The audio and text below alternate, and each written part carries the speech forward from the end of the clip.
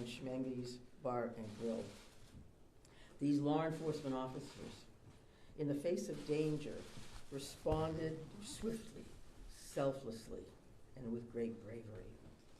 Bravery that they continue to demonstrate today as they search tirelessly for a person of interest in connection with last night's events. On behalf of all Maine people, I express my deep gratitude for your response and for your continued service. I also do so for Maine's hospitals and other medical emergency responders. I'm profoundly saddened to stand before you today to report that 18 people lost their lives and 13 people injured in last night's attacks. In memory of those we lost and in honor of those who were injured, President Biden and I have ordered all U.S. flags and state of Maine flags to be lowered to half-staff immediately for the next 5 days. Maine State Police have issued a shelter-in-place order for Lewiston, Lisbon, and Bowdoin as the manhunt for that person of interest, Robert Card of Bowdoin, continues. I will let law enforcement speak to the ongoing manhunt and to their investigation, but Mr. Card is considered armed and dangerous, and police advise that Maine people should not approach him under any circumstances. I continue to strongly urge Maine people to follow the direction of state and local law enforcement amid this ever-changing situation. Please, if you see anything suspicious, please call 911.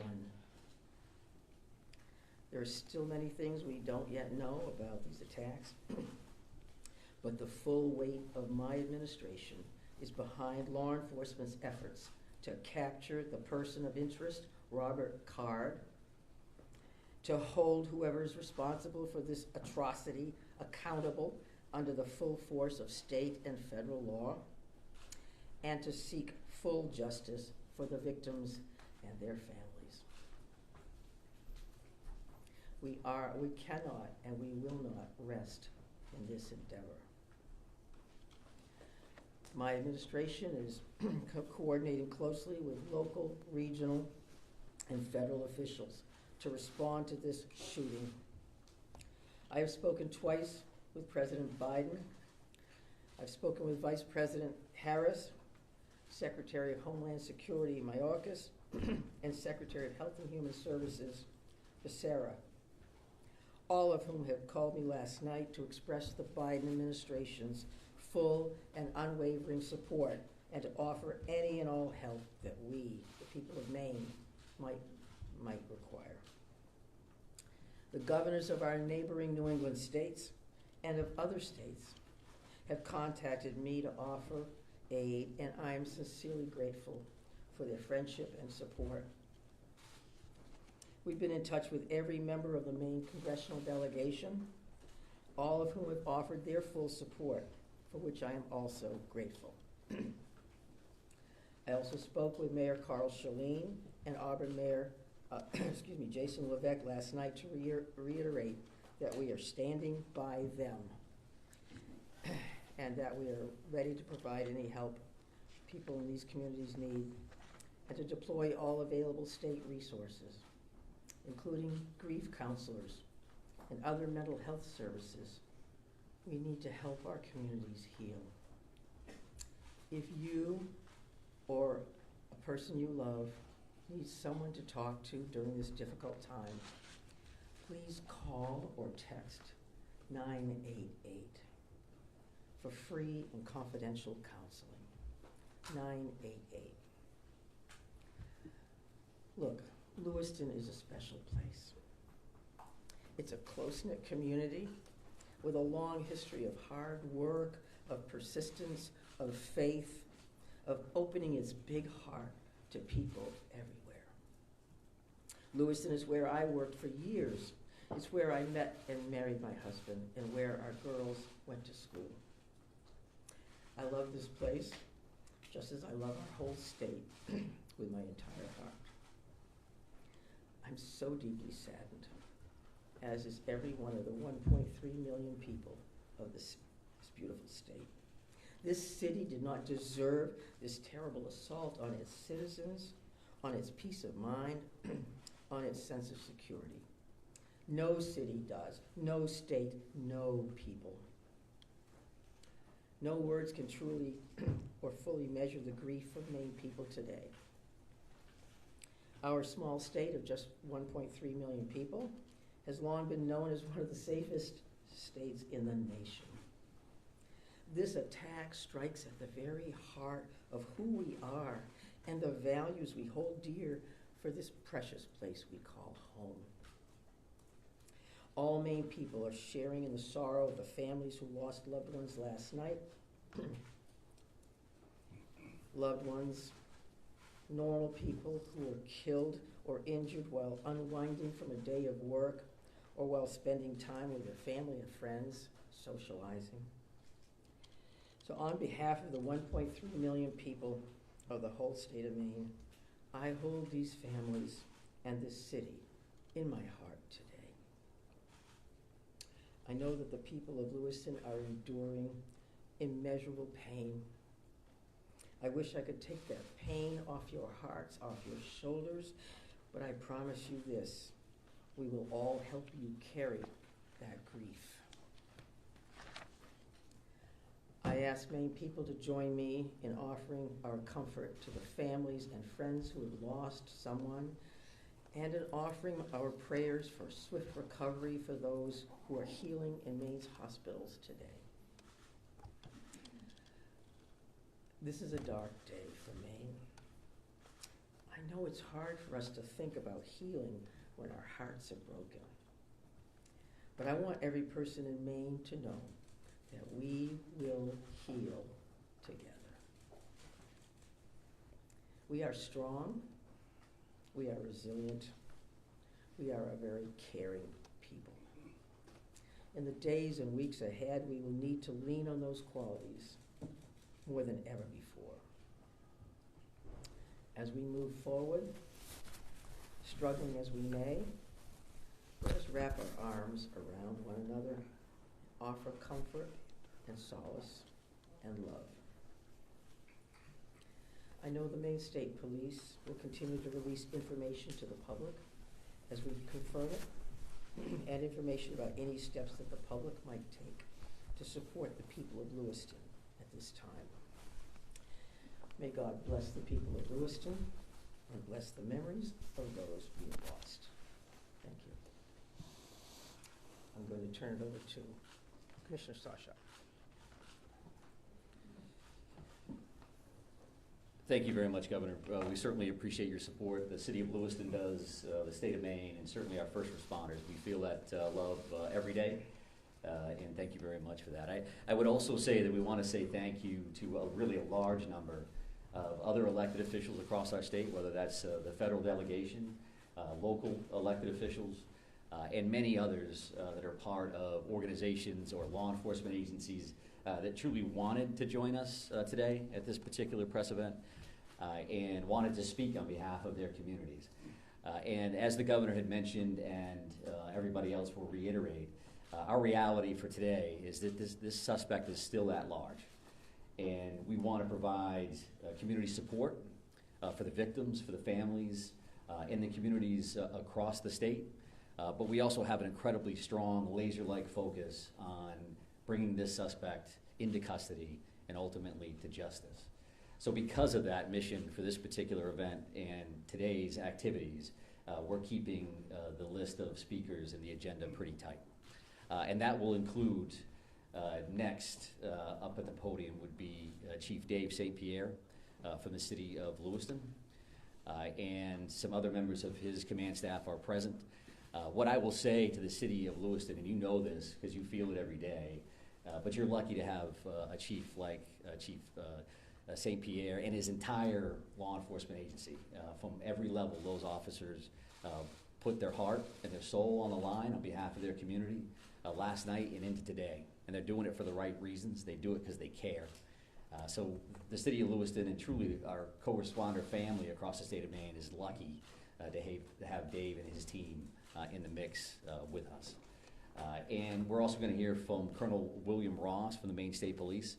And Bill will highlight some of the timeline things that you're probably concerned about and certainly interested in from a story perspective.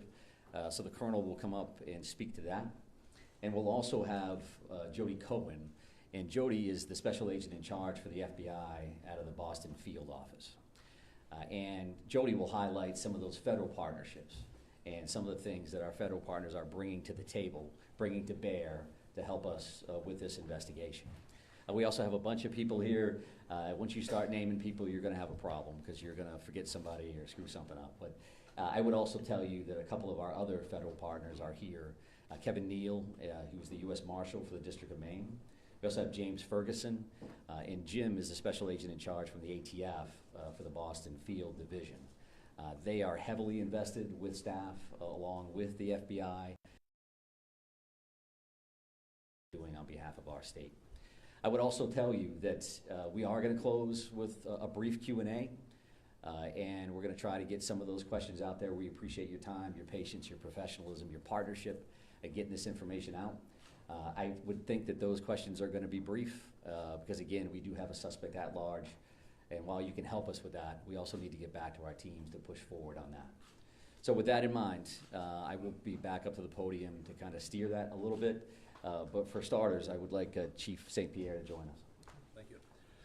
Thank you, Director Sawchuk, and welcome media partners, and thank you, Governor Mills, for those kind words. I'm going to keep this short. What I would like the very most is to express our deepest sympathies to the families and friends of the victims of this heinous crime. This is truly a tragedy that goes beyond comprehension. I'm confident in our community, that our community has and will continue to come together throughout this endeavor to bring this to a successful conclusion.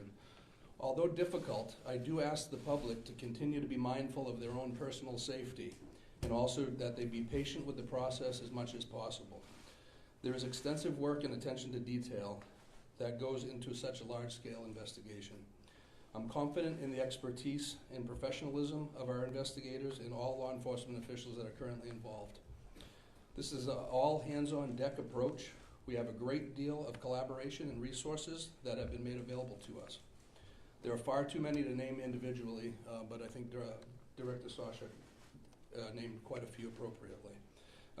There are far too many, as I stated, but they are all appreciated more than you know.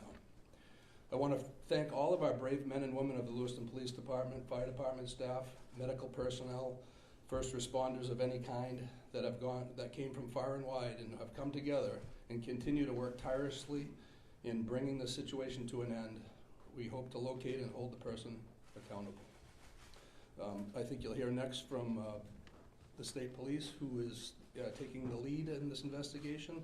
Although that we are working hand in hand with them, I think Colonel Ross will be able to fill you in on a little bit more.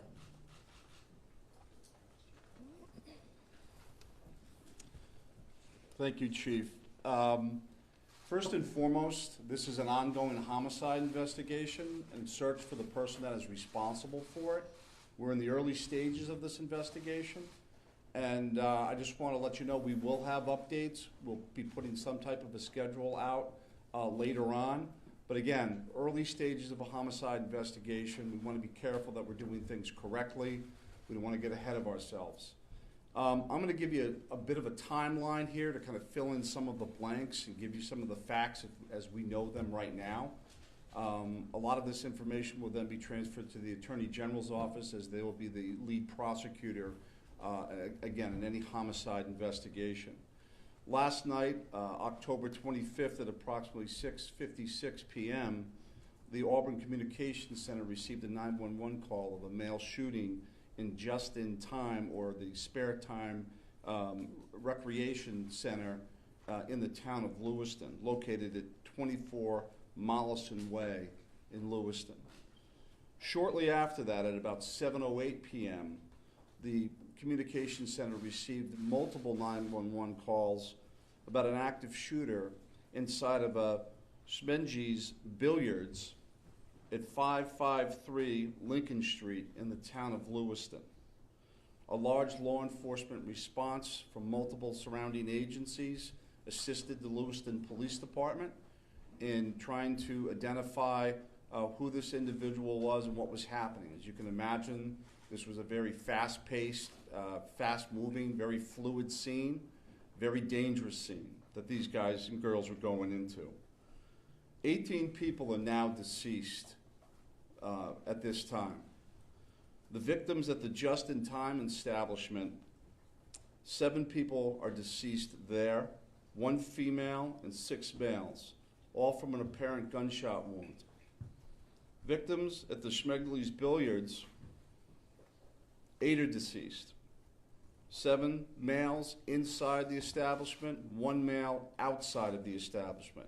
Again, also apparent gunshot wounds. Multiple people were transferred to area hospitals, Central Maine Medical Center, St. Mary's, and Maine Medical Center. 3 people that were transferred to those hospitals are deceased, for a total of 18 people deceased at this time.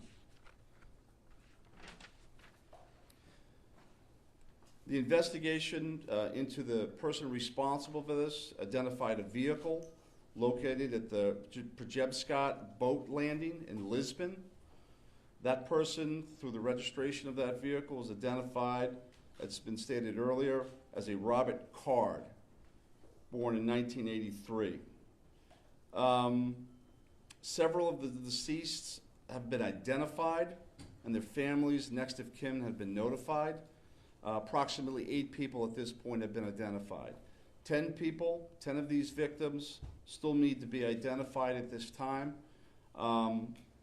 Currently, there is an arrest warrant for 8 counts of murder for Mr. Card. And the reason it's 8 counts because 10 people have not yet been identified. As those people are identified, the counts will probably go to the total of 18. He should be considered armed and dangerous. Based on our investigation, we believe this is someone that should not be approached. This is someone that should be, if you come into any contact with this individual or someone that you think looks like this individual, you were to call 911, and I'll provide some tip line numbers at the conclusion of my briefing. The Lewiston Police Department, federal, state, county, and other local municipalities are involved in a coordinated search at this moment for this individual. So there's the ongoing investigation and there's a search to apprehend this person. Both happen simultaneously.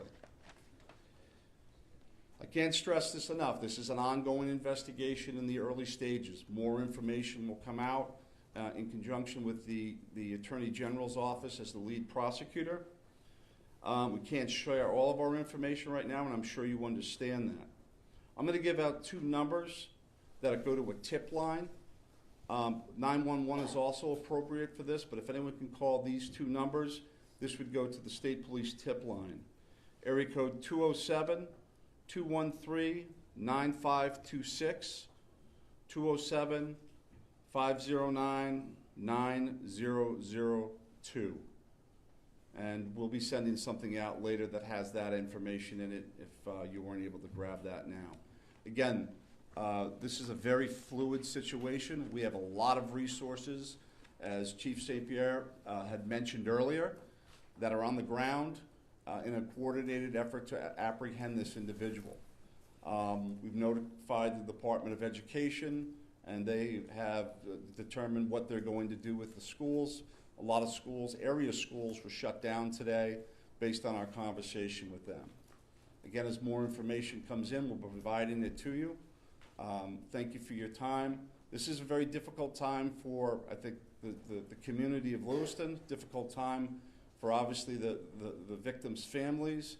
It's a tough time for law enforcement. It was a rough night last night, but we're committed to bringing whoever's responsible this to justice. And again, we are currently looking for Mr. Card right now, someone that we'd like to apprehend. Thank you. Thank you, Colonel. And FBI Special Agent in Charge, Cohen, if you could join me, please.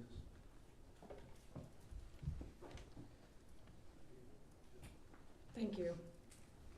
My name is Jody Cohen. I'm the Special Agent in charge of FBI Boston Division, which covers the state of Maine. Our hearts go out to everyone who is impacted as a result of the senseless violence. The FBI is working hand in hand with our law enforcement partners.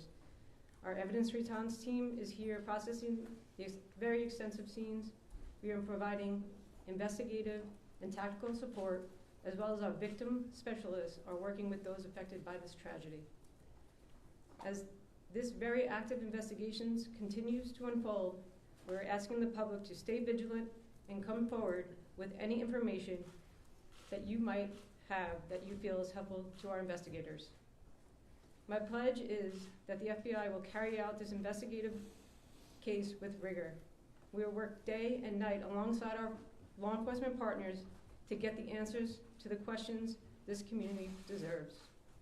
We thank the public for your continued cooperation and patience as we continue to work this very active investigation. Thank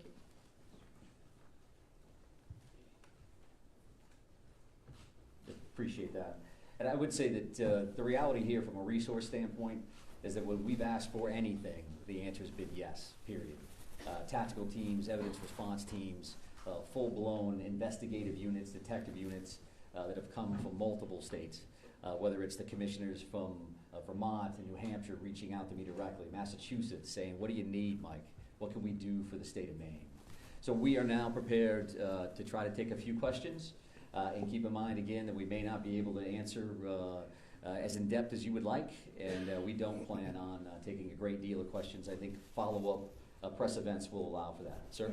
So no one has really talked about the weapon that was used here, the AR style, so someone can talk about that. But the other thing here is there are reports that this individual had mental health issues, that he made threats to shoot up the National Guard. So clearly there were some signs there that he was on someone's radar.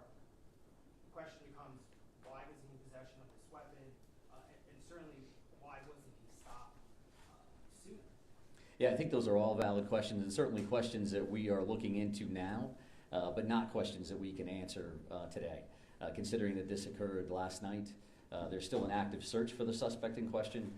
So I appreciate those questions, but not something we're going to be able to answer right now. Is it something that you're investigating and looking? It is certainly one of those things that we want to follow up on, all aspects of that. Why do you focus Go ahead, right here. Yes. Can you give us a sense of the ages of who has died, how many are under 18 and how many are over 18? I'm not sure we have that information with us today. We wanted to break it down by gender because that's something we had readily available. We did not break this down into age ranges at all. So what can you tell Yes. us, what can you tell us about the background of the suspect in this case, or I should say the person of interest, because I noticed the language is very clear. You're saying person of interest, not suspect. So why use that terminology, and what can you tell us about his background? Yeah, I think we used person of interest last night for half of the room that was here for that press event. As the Colonel had mentioned, there is now arrest warrants for murder for this particular individual, Mr. Card. So he is viewed as a suspect, and there is a full court press by all of our partners to bring him into custody. What was the second piece of that question? What can you tell us about his background? Someone had asked a second ago about the idea that he had voiced concerns about his own mental health, right? Had been committed, according to language in the police bulletin, to a mental health facility for weeks. How could someone that fits that profile still be in possession of semi-automatic weapons? Well, I do think that the statutes around firearms and the possession of those are pretty complex. I know that we will be reviewing that information as we move forward, but that's not an answer that we're prepared to give today, because that leads to motive. You're talking about behavioral health issues and how that impacts this situation. I would expect you'll hear back from us on that in the future. Right here, sir. Yeah, I've got a Right. question about, we've seen helicopters as far north as Monmouth. Can you tell us anything about what's leading you, that far north of the scene where you come from? Yeah, sure. So we have law enforcement assets that are deployed over a number of communities doing follow-ups on a number of different things. So as you can imagine, there's a great deal of search warrants that we're following up on. We do have partners, that helicopters from the New Hampshire State Police. That copter was here last night to assist us as well. So whether we have tactical elements out or we're searching an area, some of those air assets would be very, very valuable for us. So that's what they're doing. That's leading you there? We're not going to speak to what brings us to a specific community one way or the other. Yes, ma'am. So Right here. Identifying the unidentified victims, what are people in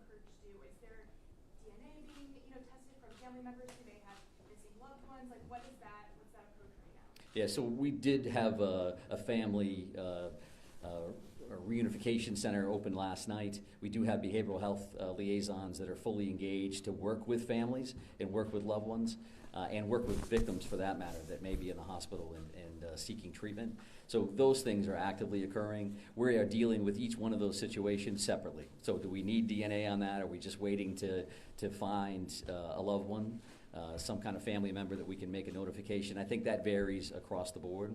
I'm going to take 2 more questions. I'm going to take 2 more right here. Yes, was there some sort of triggering event? Is that something that you're investigating? I think we're always concerned around motive. That you say triggering event, that's a motive for us.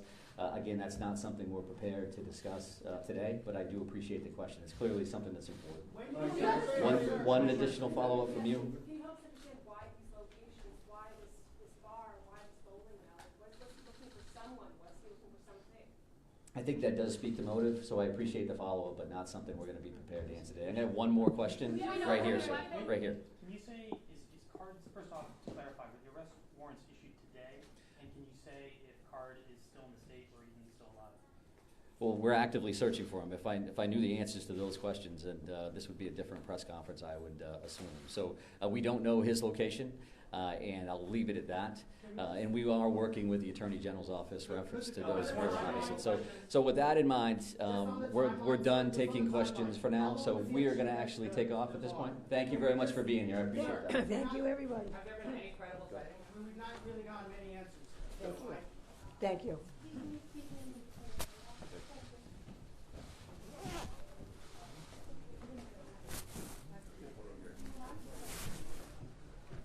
They want us in the hallway or outside in a couple minutes. Debrief.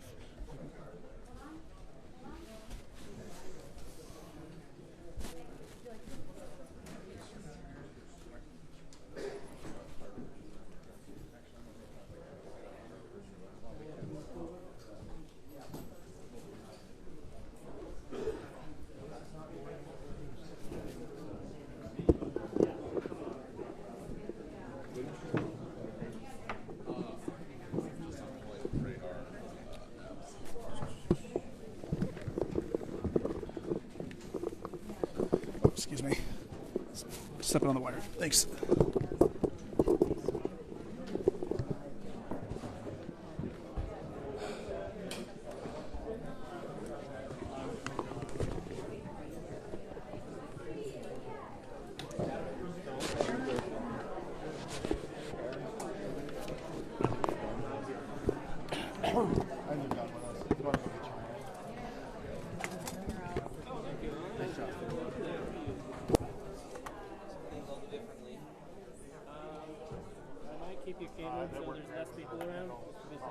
Say that one more time. I might keep your cable. The hallway here is very echoey. I might keep you on that cable.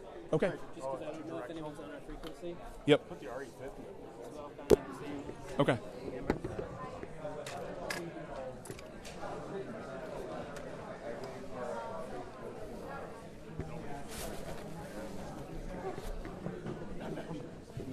I'd go for the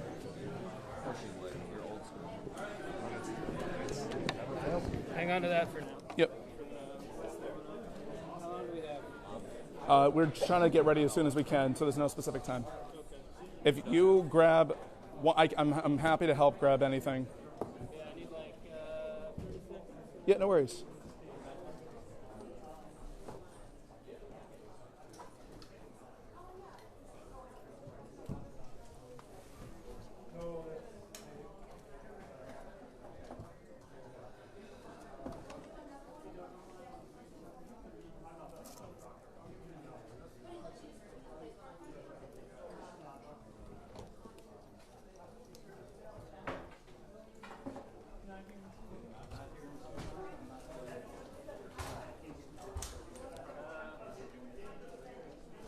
If we can duck out to the right, we can just go right out to the sidewalk. Sidewalk? Outside? Okay. Say it again? Sidewalk? Outside? Okay. Yep. I got your tripod if you can get the camera. You know, that would make it easier.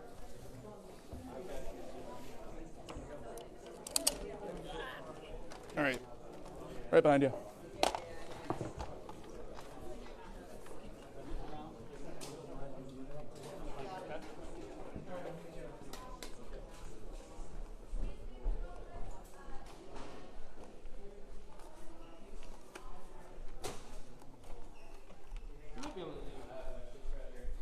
What's that? Yeah.